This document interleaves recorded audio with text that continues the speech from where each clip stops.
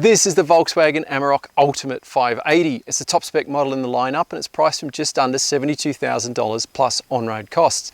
Gets a tweaked version of Volkswagen's 3-litre V6 diesel, makes 190 kilowatts and 580 newton meters of torque. Let's take a closer look.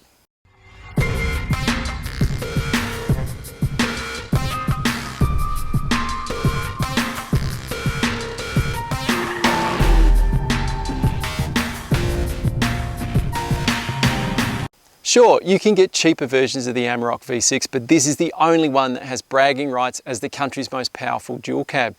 Where the regular V6 Amarok gets 165 kilowatts and 550 newton meters of torque, this one gets a whopping 190 kilowatts and 580 newton meters of torque. And in overboost for about 10 seconds, it'll pump peak power up to 200 kilowatts. It's got an 8-speed automatic transmission and it gets its power to the ground via permanent all-wheel drive. So what's the Amarok Ultimate 580 like to drive? Well, it's actually really good. And it's the 580 newton meters of torque that you notice each and every time you get behind the wheel of the thing. With peak torque arriving at 1400 RPM, progress is effortless, and that's whether you're overtaking on the highway or driving up hills. This is easily the nicest engine in the segment. And the 8-speed automatic is excellent with smooth shifts that you'll barely notice. And you won't catch the transmission out either. Believe me, I tried. It always just seems to be in the gear you want when you want. But then with a spread of peak torque from 1400 to 3000 RPM, this thing doesn't have to work too hard to get anywhere very easily. Look, since the Amarok arrived here in 2010, it set the benchmark for how dual cab utes should ride and handle. And it continues to do that. And even though some dual cab makers are getting closer to the way this thing rides and handles, none have been able to match it.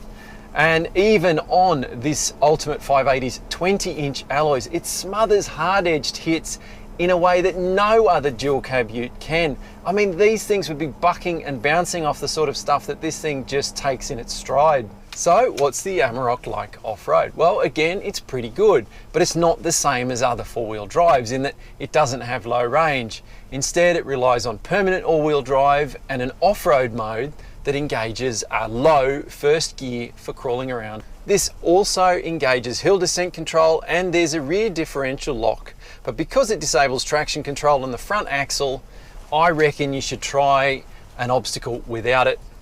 The Amarok offers excellent throttle control, allowing you to crawl along at an idle with a traction control that works more quickly and effectively than just about anything else in the segment. We haven't pushed the Amarok Ultimate 580 too far today, and that's really because it doesn't seem to be much point. I mean, it's riding on 20-inch alloys wrapped in licorice strap thin rubber, and that's not a wheel and tyre package that lends itself to bush bashing. That said, it's tackled everything that we've pointed it at and conquered it with ease. You know, haven't had any problems, any loss of traction, nothing. It's handled deep ruts, puddles, mud, water, everything that we've gone through. It's been fine. That said, if you are going to spend any time off-road with this Amarok and you absolutely need the big power Ultimate 580, then Volkswagen reckons you can get 18-inch alloys for it, and I would definitely be fitting them with some decent all-terrain rubber. The Amarok is around 5 centimeters wider than most of its key competitors, and you really notice that here in the front of the car. It is huge in here. The thing has always been the benchmark in terms of its practicality, fit and finish, and yeah, sure, some of the plastics are hard and scratchy, but they don't look or feel cheap or nasty. There's plenty of storage, and the felt-lined door bins are a touch of class that few vehicles in this segment offer. The Amarok gets some of the most comfortable seats in the segment, and in our Ultimate 580, both the driver and passenger get powered adjustment. Leather is beautiful. These seats are really comfortable, really supportive, and I love the fact that you can stretch the seat base for those of us with longer legs. Stop.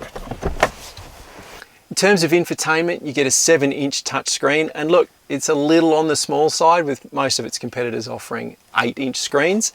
It's got capacitive touch functionality, so as my finger comes closer, the menu will pop up, and as I draw it away, the will eventually disappear. It's got native sat-nav, doesn't have live traffic updates, but it does have Apple and Android connectivity. So if you need that live traffic functionality, you're gonna have to connect your smartphone and use something like Google Maps.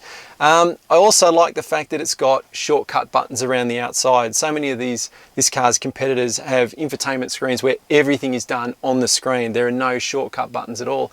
And I think when you're driving, a shortcut button around the outside just helps you get into the system a little quicker and a little safer.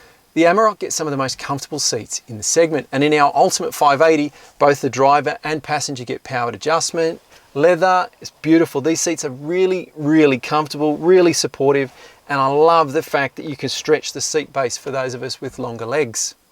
Here in the back, again, the width of the Amarok comes into play. It is a really wide space, and I think you'll easily fit 3 adults across the back.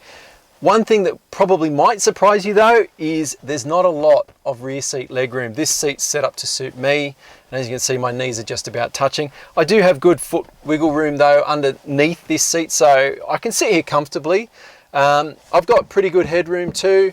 The seat back though is probably on more of an upright angle than I would prefer, and some of this car's competitors have it angled slightly back a little bit more. There's no rear air vents in this thing.